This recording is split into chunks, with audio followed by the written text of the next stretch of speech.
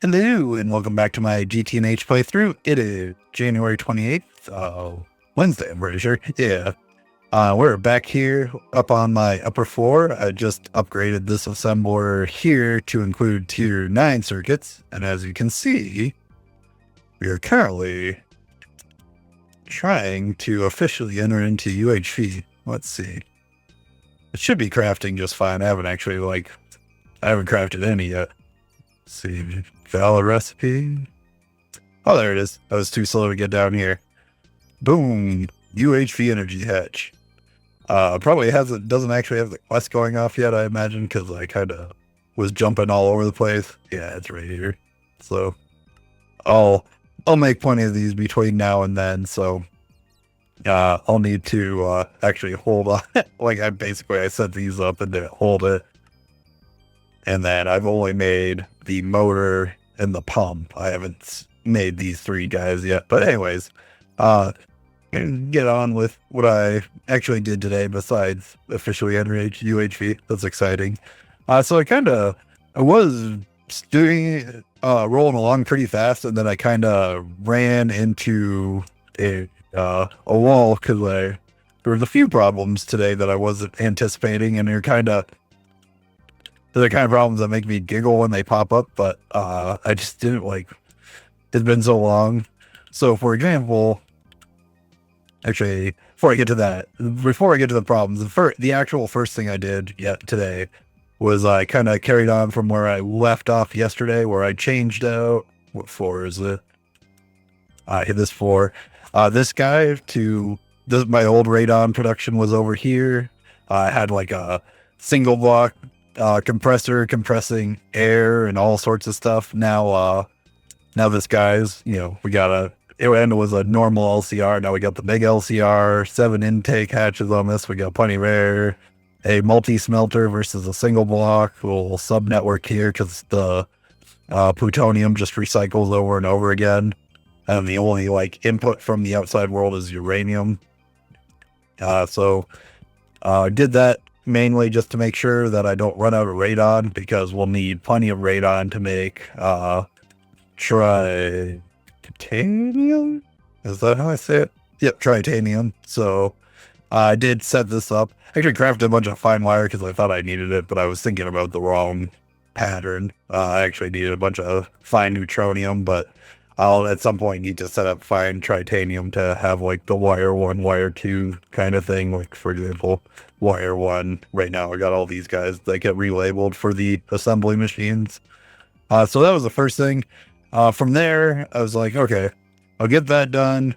Then I was looking at recipes and trying to stay ahead of what power considerations I needed to go to for upgrading to UHV officially. And the main one, get myself. Whoops. Okay, to make sure there's no trophies or anything falling on the ground. But I came in here. These guys were ZPM hatches. Now they're UHV.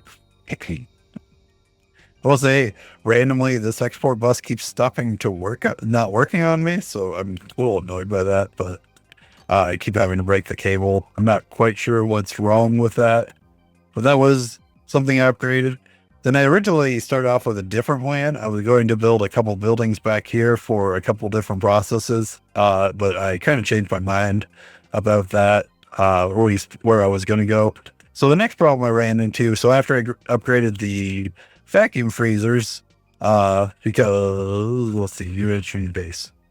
For UHV superconductor base, the base is, we need to upgrade UHV. So I did upgrade the energy hatches for my mixers. But if you look at here, the blast furnace, it's only ZPM, and then the vacuum freezers UHV, so that's why I upgraded that. However, where I got thrown off is right here. Heat capacity, awakened draconium. And this is where I kind of went off the rails for a while, not really spun my wheels in the mud, so to speak. So I threw the dust in here, got the not warm enough message that I haven't seen in forever. I was like, oh, okay. So I need awakened draconium. I mean, not a big deal in theory. Go figure out where that is. So when you search up awakened draconium, though, And you can see I even like made the patterns because like, okay, I'll get my coils, yada yada, shouldn't be a big deal. So all I need is the coils are just these cables, molten electrum flux, and the prismatic foil things. So I was like, okay, how do I get a zirconium dust? Click on the ore. Looks like a tier 9 planet. I was like, okay, look at the small ores, all tier 8 planets. So like, all right, so I need to go to space to get this. Except for then I like went about setting up tier 8 ingots, which I even, you can, like if we do this on this screen where I go tier 8, or let's do T. There we go. Like you see, I got the pattern in here. Went to craft it. You can even see, like, I even got all the way up there. Like, I made the, I researched it, all that jazz, and can't do it because to craft this guy, you need UEV. I was like, okay. Well, I haven't been forced to do this before, so I tried to overclock, like super overclock, I think it's called, or extra overclock the assembly line by throwing like higher amperage energy hatches on it. That did not work. And I know the advanced assembly line doesn't tier skip, so like, okay, now I'm really confused. Turns out, after a little bit of like messing around with NEI, because of like my other thought was, okay, maybe it's like a fusion recipe or something. Like instead of going for the dust first, we get the kind of like Americanium. It's like maybe I need the plasma, which only comes from this guy, which we don't have. And then the other one is like molten. It's like, oh, maybe this shows up, but no, there's no fusion recipe for it. Like, oh, okay, so now. Turns out, go into the quest book. If you forgot, you get a heat adjustment when using the EBF based on the energy tier. So you can smelt the base UHV ingot with flux coils on and UV energy, since this gets you since you then get 10501K. And no, you can't use the Volcanus. It's like, oh, well, turns out if you read the quest book, it tells you exactly what you need to do. So after figuring that out, I did come over here and set up this guy, which is running these currently at 54 seconds for everyone. I requested a craft to like 3,000 just to keep this guy running for the moment. I could probably technically turn that off and just do an export bus. And then while I'm up here, I did, because you've seen me get the energy hatch already, I did add this. So I have the circuit 9, circuit 3, circuit 1, which are like the 3 main circuits that you need to like do every tier upgrade. Although this will probably be the last tier where I use this grouping block. I'll probably start my new assembly building down there, doing my tier skips. So one of the things, because that's going to be real slow, and my general plan so I can get zirconium easier is I'm going to craft 4 energy hatches, get the tier 8 rocket, start setting up miners. Once I have the miners set up, I'll do the B. And I think there's a second, because there's a wicked zirconium. How do we process it? CPM with phthalic acid. Not a big deal there. So once we get the B, we'll be set and we'll have plenty. And this will actually probably be one of the cheaper coils, which is kind of crazy. But to get said B, where is it? Drake B. Drake B, we need Essentia drone, which we have. Thaumonite. What?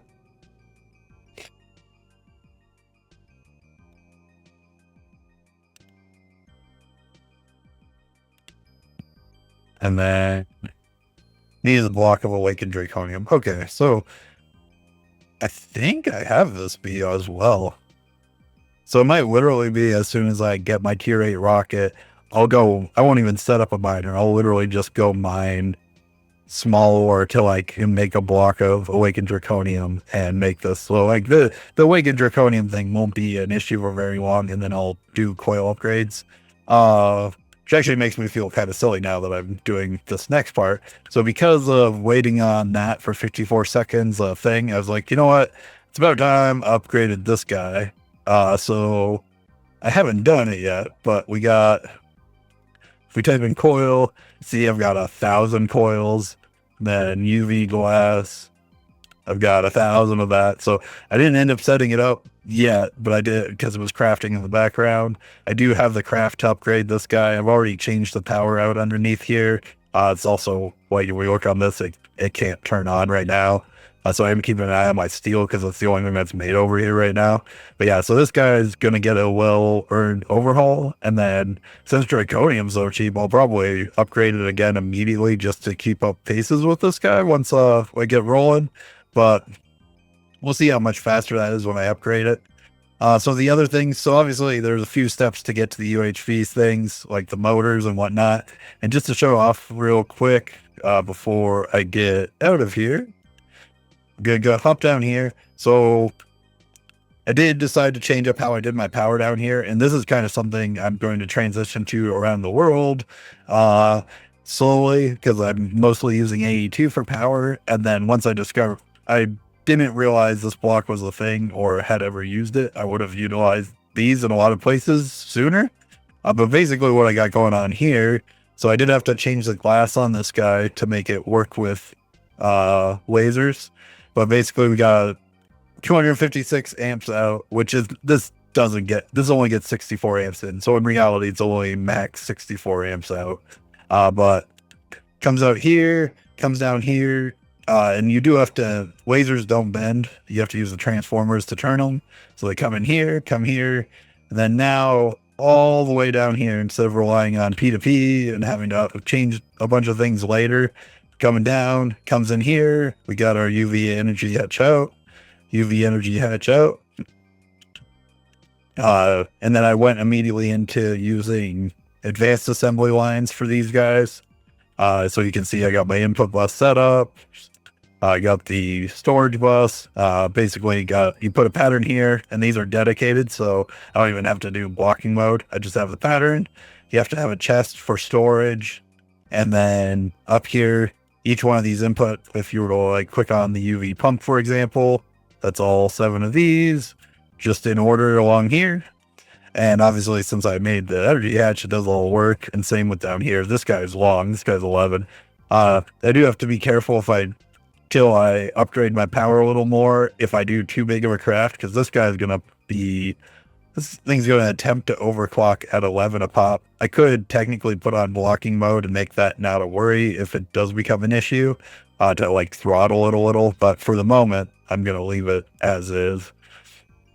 Yeah, so that's all set up. So obviously there's still stuff I need to do before I can just go galvan running off. I've already talked about the B, and that's the immediate plan to just kind of set myself right. But I'll need to also do the dynamo, which I've set up the pattern and done the research for it, so I can technically make it.